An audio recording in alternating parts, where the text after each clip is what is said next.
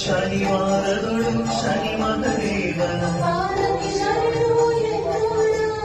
ಎಷ್ಟೇ ಕಷ್ಟವು ನಷ್ಟವು ಬರಲಿ ಪಿಂಗಳ ಪಾದನ ದರ್ಶನದಿಂದ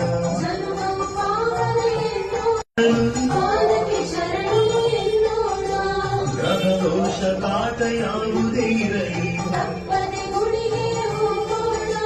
ಪರಿಪರಿಯಾಗಿ ಕಾಣಲು ಸ್ವಾಮಿ